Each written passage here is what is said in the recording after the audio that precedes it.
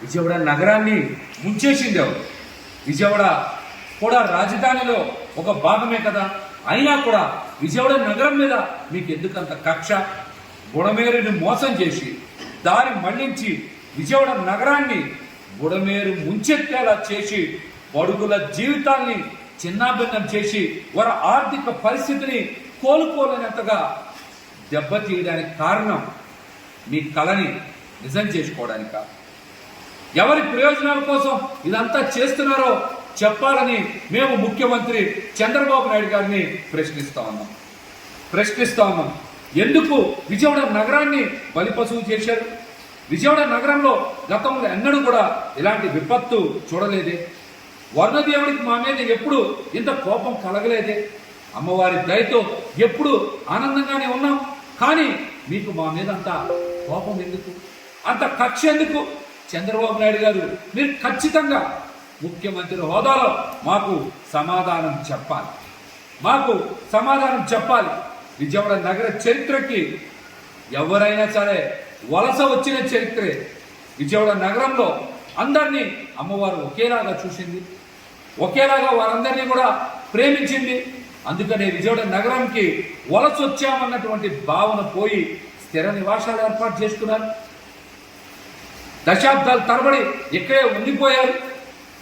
కానీ ఈ రోజున సొంతూరును గుర్తు తెచ్చుకొని విజయవాడ నగరం నుంచి వలసలు ఇతర ప్రాంతాలకి వారి స్వస్థలాలకి వెళ్ళిపోతున్నారంటే ఈ ఘోర సంఘటనని మేము చూడలేకపోతా ఉన్నాం. మా బాధని వ్యక్తం చెయ్యలేకపోతా ఉన్నాం. ఎందుకు ఇంత దుర్మార్గం చేశారు? దీనికి కూడా మీరు సమాధానం చెప్పాలి. మేము చేసిన తప్పేంటి? విజయవాడ నగర ప్రజలు చేసిన తప్పేంటి? ఏదో ఒక రోజు మీ విపరీతమైనటువంటి తెలివితేటలతో హైదరాబాద్ కూడా మీరు సముద్రాన్ని తీసుకెళ్ళినా ఆశ్చర్యపోక్కర్లా. ఎందుకంటే మీకు తోడొచ్చేటువంటి యోధులైన నాయకులు ఉన్నారు. వాళ్ళకి ఆర్టిఫిషియల్ ఇంటెలిజెన్స్ టెక్నాలజీ మీద కూడా బాగా పట్టు ఉంది. అట్లాంటి నాయకుల మద్దతు ఉన్న మీరు ఖచ్చితంగా ఏదో ఒక రోజు హైదరాబాద్కి సముద్రాన్ని కూడా ఖచ్చితంగా తీసుకెళ్లేటువంటి సమర్థత ఉందని నేనైతే అనుకుంటా ఉన్నా. విజయవాడ నగరంలో ముంపు గురవడానికి కూటమి ప్రభుత్వమే కారణమని, ఈ విపత్తుకి నిర్లక్ష్యమే కారణమని ఈ రోజున ఈనాడు పేపర్లో 14వ పేజీలో చాలా పెద్ద ఆర్టికల్ రాశారు.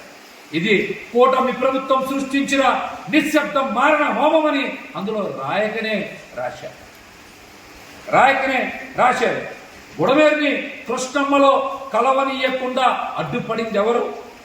బుడమేరుని వచ్చిన వరదని పచ్చిన బంగాళాఖాతంలో కలవకుండా అడ్డుపడి బెజవాడని ముంచింది ఎవరు?